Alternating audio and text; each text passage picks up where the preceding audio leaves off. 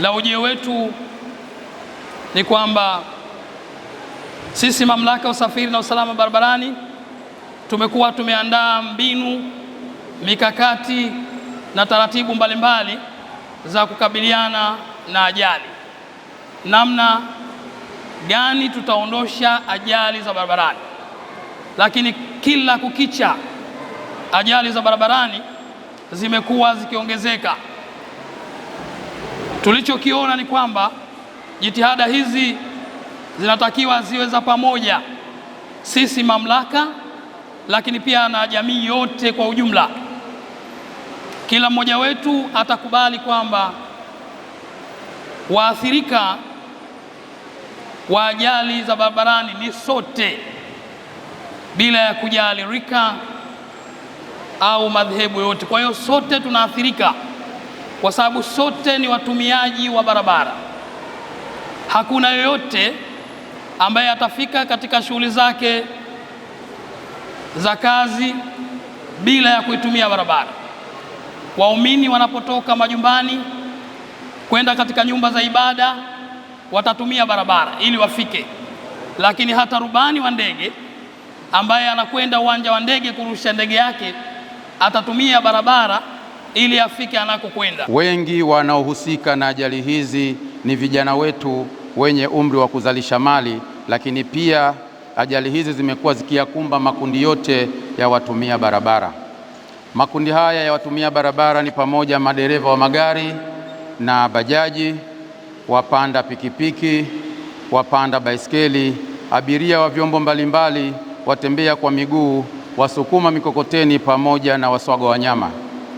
Hali hii ya ajali za barabarani imekuwa ikisababisha ongezeko kubwa la umaskini kwa jamii zetu, kwani nguvu kazi inayotegemewa katika kuzalisha mali na kuzihudumia familia zao baada ya kupata ajali na kupoteza maisha ya wapendwa wao hubaki wakiwa bila ya msaada wa kuyaendesha maisha yao kama ilivyokuwa awali.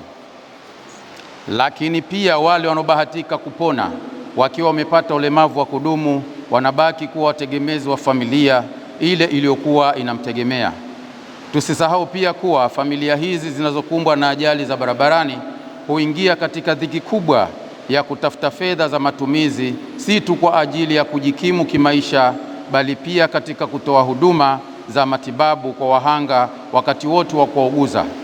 Kama hiyo haitoshi, chombo kinachohusika na ajali huwa pia kimeharibika vibaya na inakuwa kukimu kukitengeneza, au kama kitatengenezwa hakitatengenezwa kwa wakati. Pengine ndiyo kifaa pekee kinachokuwa kikizalisha pesa za matumizi ya kila siku. Matukio ya ajali za barabarani pia husababisha msongo wa mawazo yatokanayo na kuongokewa na wapendwa wetu ambao ni tegemeo katika kuzifikia ndoto zetu. Lakini pia msongo wa mawazo huu huwapata wahanga ambao awali wakiwasaidia ndugu zao, lakini wao baada ya kupatwa au kukumbwa na balaa la ulemavu wa kudumu kutokana na sababu mbalimbali kushindwa kurudisha ukarimu uliokuwa ukifanywa na mpatwa na ajali. Hali hii pia tusisahau kwamba husababisha mizozo ndani ya jamii zetu. Vipi mizozo hii inatokea? Yule ambaye alikuwa anakusaidia wakati wa uzima wake, leo akiomba msaada kwako, ukishindwa kumsaidia, basi hapatakuwa na amani, isipokuwa pataendelea mizozo. Mwaka 2021 jumla ya ajali zilizotokea katika visiwa vya Unguja na Pemba zilikuwa ni 206. Ajali zilizosababisha vifo zilikuwa 151. Vifo vilivyotokea kutokana na ajali hizo zilikuwa 169. Wanaume watu wazima waliofariki walikuwa 126. Watoto wadogo walikuwa 21. Wanawake watu wazima waliofariki walikuwa 14. Watoto wadogo walikuwa 8. Majeruhi wote kwa ujumla walikuwa 196. Wanaume watu wazima walikuwa 122. Watoto wadogo wanaume walikuwa 25. Wanawake watu wazima walikuwa 33. Watoto wadogo wanawake walikuwa 16. Huo ni mwaka 2021. Kwa mwaka 2022 kuanzia Januari hadi Disemba, ajali zilikuwa 172.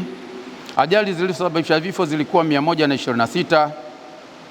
Vifo vilivyotokea vilikuwa 136.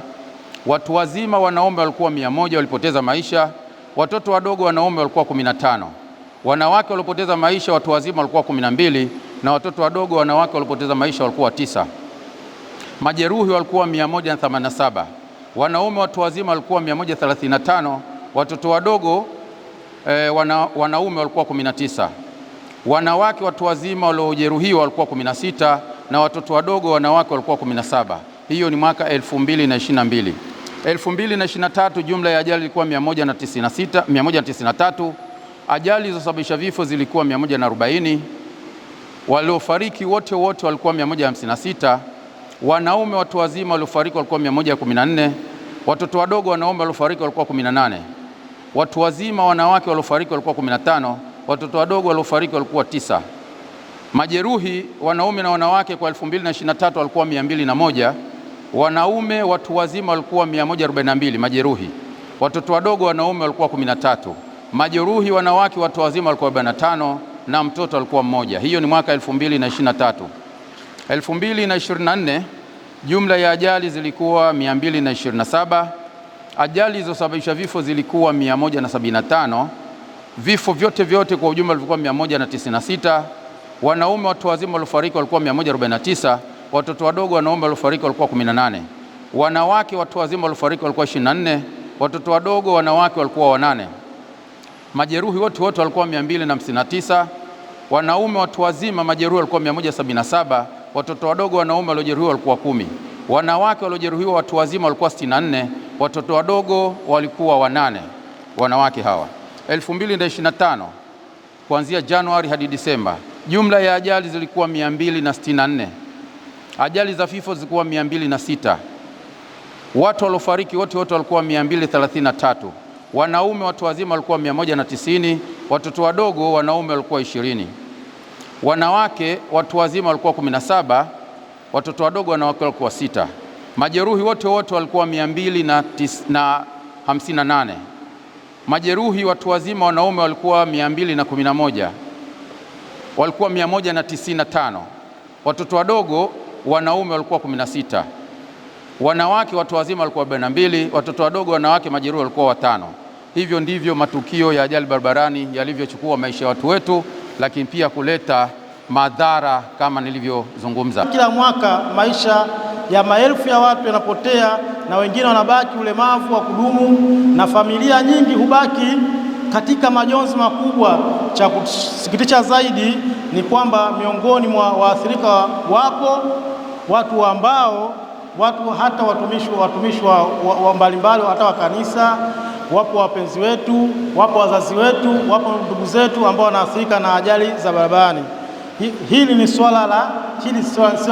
katika swala hili si swala la serikali peke yake, ina maana sote tushirikiane.